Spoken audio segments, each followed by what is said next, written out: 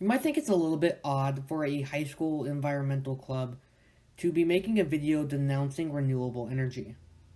For me personally, this is a hard topic to get into because as an environmentalist, I've always felt inclined to like renewable energy because it's zero carbon, it's supposed to be better for the climate. However, for the last few years, I've constantly heard reasons why renewables aren't as good as they seem. And recently, what actually inspired this video was me watching a TEDx talk called Why Renewables Can't Save the Planet by Michael Schellenberger. Now, I highly recommend that you go watch that video because it has lots of good information in it. But please stay for this one too because it has a lot of unique stuff that I'm going to be talking about as well. But that just really put the nail in the coffin for me for renewable energy and made me really think about why we aren't using nuclear energy as much. Now, before we go any further, I just want to say I'm not an artist, so a lot of the pictures in this video will be a little bit misrepresentative of the things I'm talking about, but I did my best with what I have. So, without further ado, we're going to start talking about a few reasons why renewables aren't as great as they seem. The first point I want to make is that renewables have substantial land coverage. To illustrate my point, I'm going to compare solar energy, wind energy, and nuclear energy. Solar energy typically needs about 4 to 10 acres per megawatt of power output that it has. Wind farms need at least 60 acres per megawatt of energy output that they have, with about 3% of that being actually taken up by the wind turbines and the power stations themselves. But then nuclear energy only needs 0.64 acres per megawatt it can produce. Another interesting part of this argument to discuss are capacity factors, which basically means the amount of time that a particular kind of energy source produces energy at maximum output. For instance, nuclear energy, about 92% of the time, is producing maximum power output because it's running basically 24/7 with minimal maintenance needed.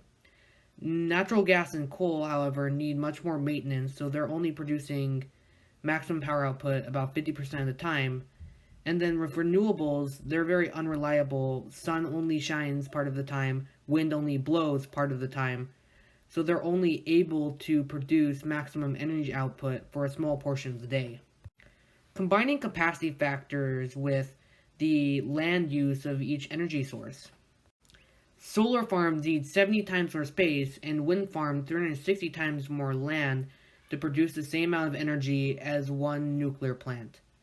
This information is provided by the Nuclear Energy Institute, and this diagram is just kind of to show roughly how much more space wind would take than solar than nuclear.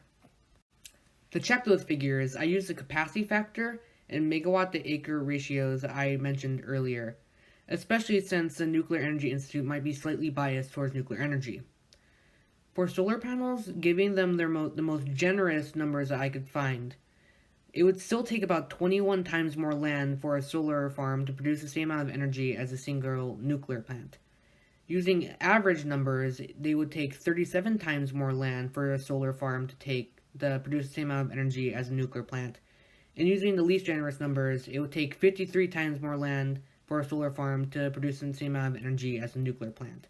I did the same thing with wind, using that minimum 60 acres of land to get a figure of about 230 times more land for a wind farm to produce the same amount of energy as a nuclear plant. And even if you use the fact that only about 3% of the land is occupied by the power plant and wind turbines themselves, it still takes about 7 times more land for a wind farm to produce the same amount of energy as a nuclear plant when you only take 3% of that 60-acre number. Using my own calculations, this is a slightly different diagram of about how much land each energy source would need in comparison to nuclear. To bring in a real-world example, here are 2 power plants located in California that are actually mentioned in the TED Talk I was talking about earlier. On the left is a nuclear plant located in Diablo Canyon, and on the right is a solar farm located at Ivanpah. Now already from the highlighted regions, you can tell just how much more land Ivanpah needs than Diablo Canyon, especially considering that both these aerial photos are taken at roughly the same scale. What's crazy is that even though Ivanpah is so much bigger than Diablo Canyon, Diablo Canyon produces 18 times more energy than Ivanpah. This again shows just how much less land nuclear needs to produce the same amount of energy as renewables. Renewables also just change the land. Here are another few aerial photos that show some of the scale involved with renewables. On the bottom are again Diablo Canyon and Ivanpah, while on the top is the Akosombo hydroelectric dam in Ghana. At first it seems like the Akosombo dam and Diablo Canyon are on the same playing field, but this is a picture of Lake Volta, the reservoir that the Akosombo dam creates.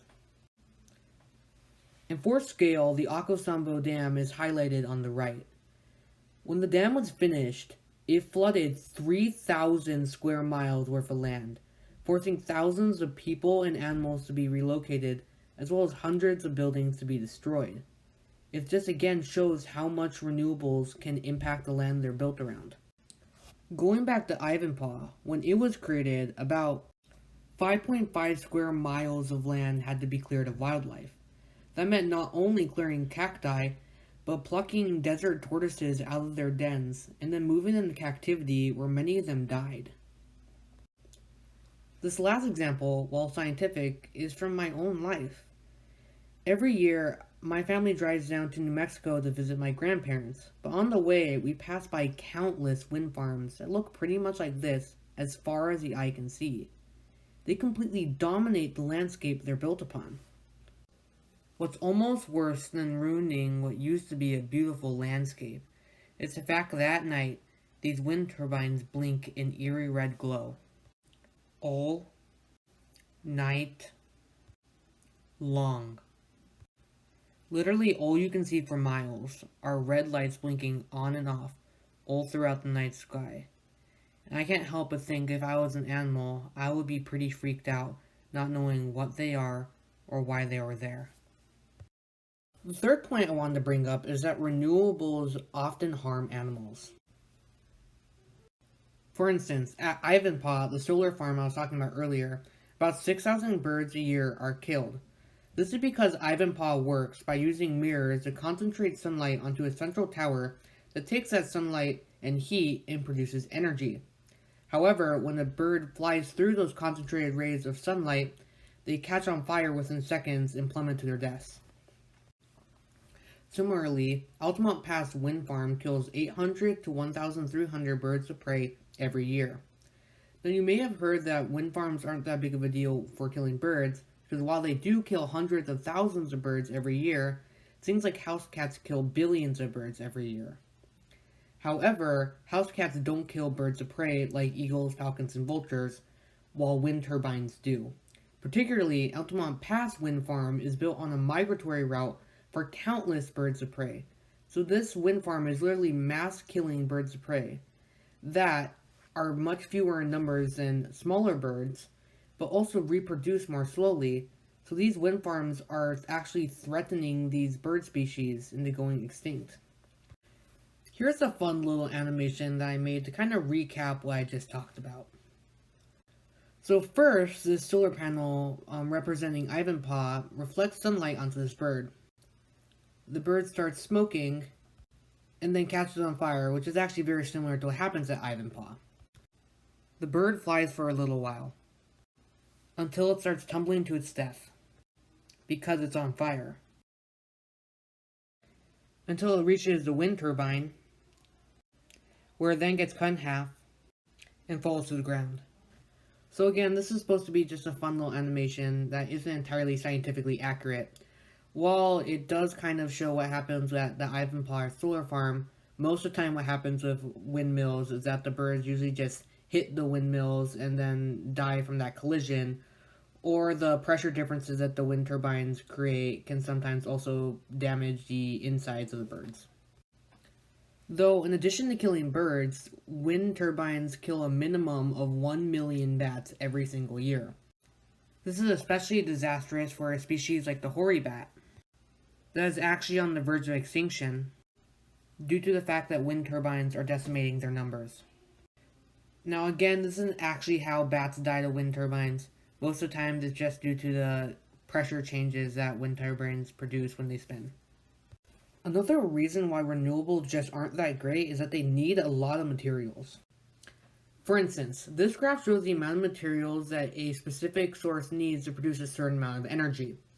As you can see from the graph, it takes 17 times as much materials for solar, 15 times as much materials for hydro, and 11 times as much materials for wind to produce the same amount of energy as nuclear power. This makes sense when you consider that one nuclear reactor produces the same amount of power as 431 wind turbines and 3.125 million solar panels. It also makes sense considering how large hydroelectric dams are and how much concrete and cement is needed to hold back such a huge volume of water. Overall, all this just adds up to show that the environmental impact from materials that renewables have is much larger than the environmental impact from materials that nuclear power has. Another point is that renewables just create intermittent, unreliable energy, and I feel like a lot of people know this. Going back to the capacity factors I brought up earlier, the reason why renewables can only maintain maximum energy output for a relatively short period of time is because the sources that they rely upon are just inherently unreliable and intermittent.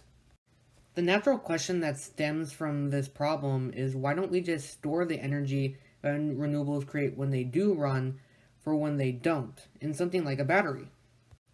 The problem with that is that a battery capable of storing the energy for an entire city would be incredibly massive, material intensive, and extremely expensive. Because our technology associated with traditional batteries doesn't work for this kind of storage, another solution has been proposed that would instead use dams as giant batteries.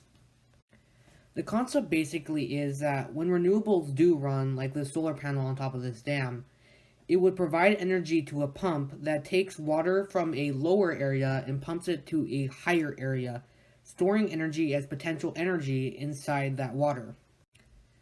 That means that later when you actually need the energy, or the solar panel doesn't work because there's not enough sun, you can let the water's potential energy turn into kinetic energy.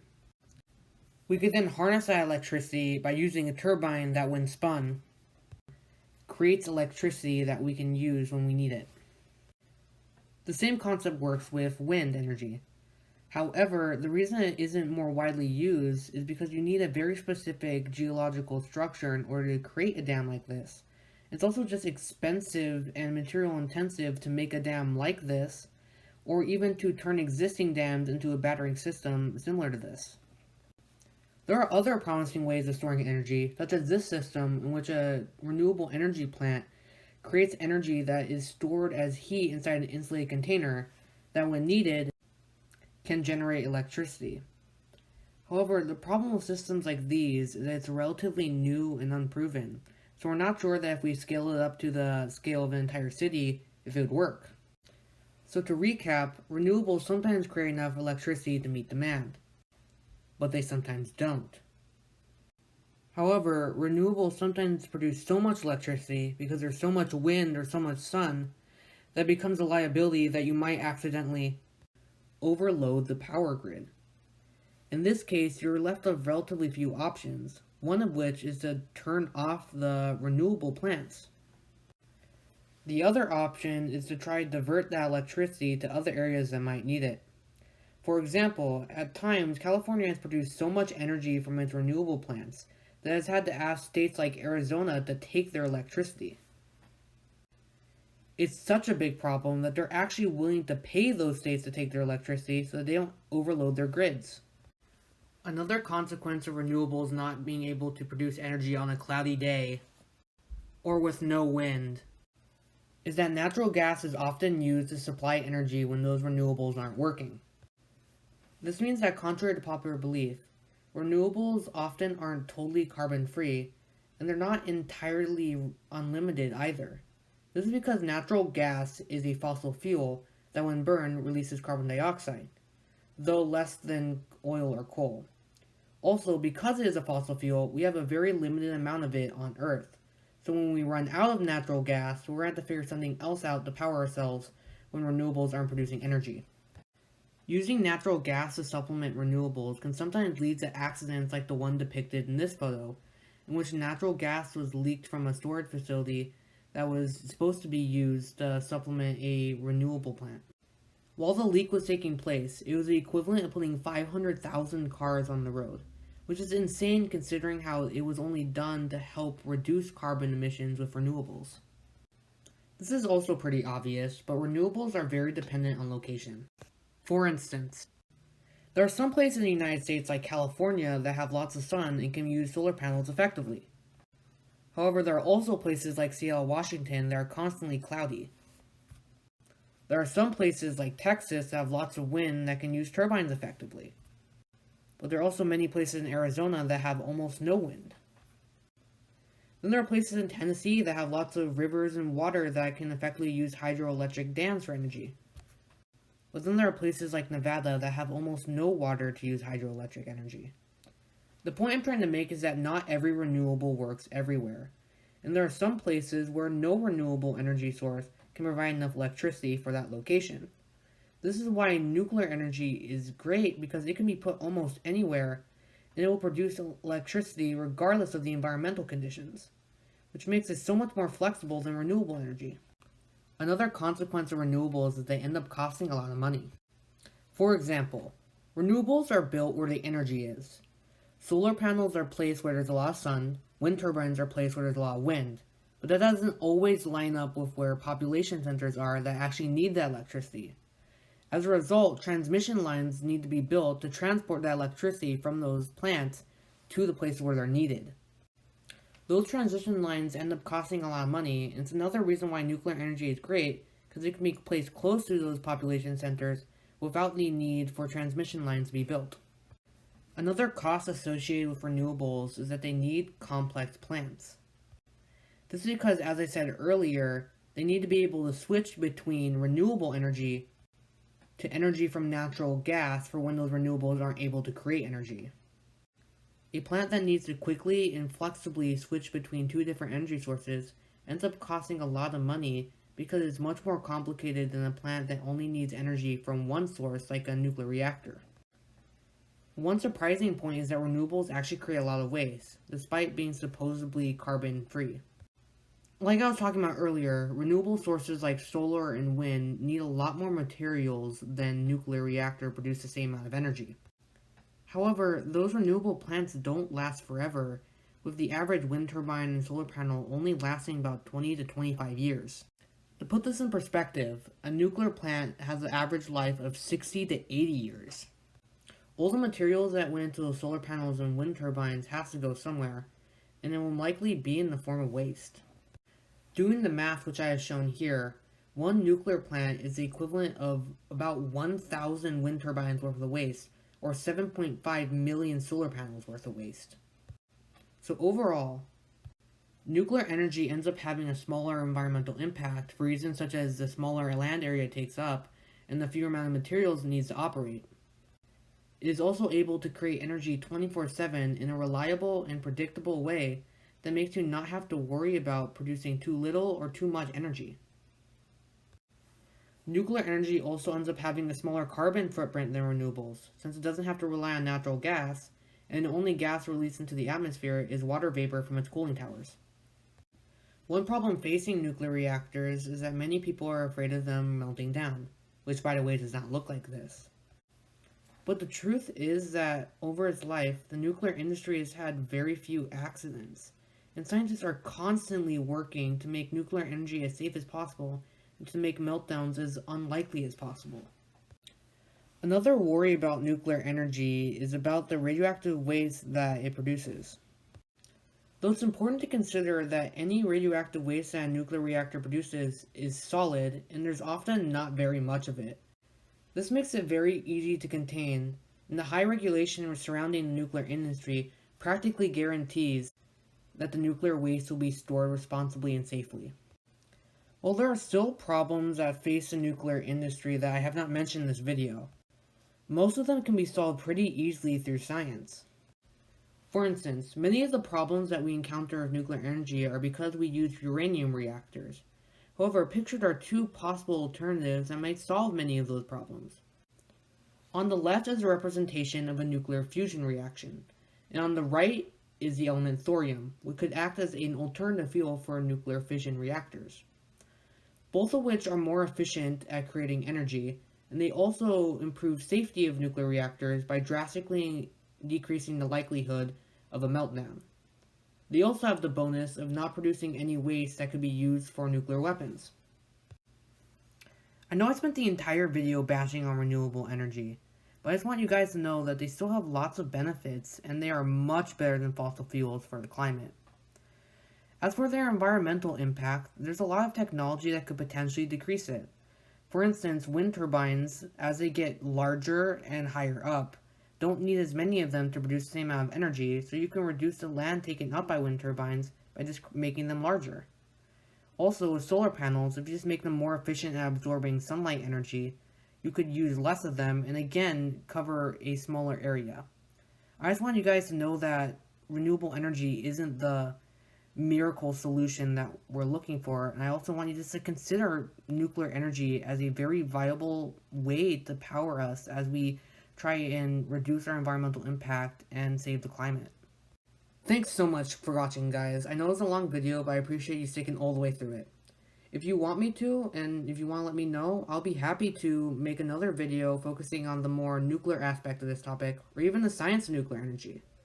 Whatever you guys want, but again, thank you for watching and for joining me and the Hilliard-Davidson Environmental Awareness Club on our journey to making this planet a better place.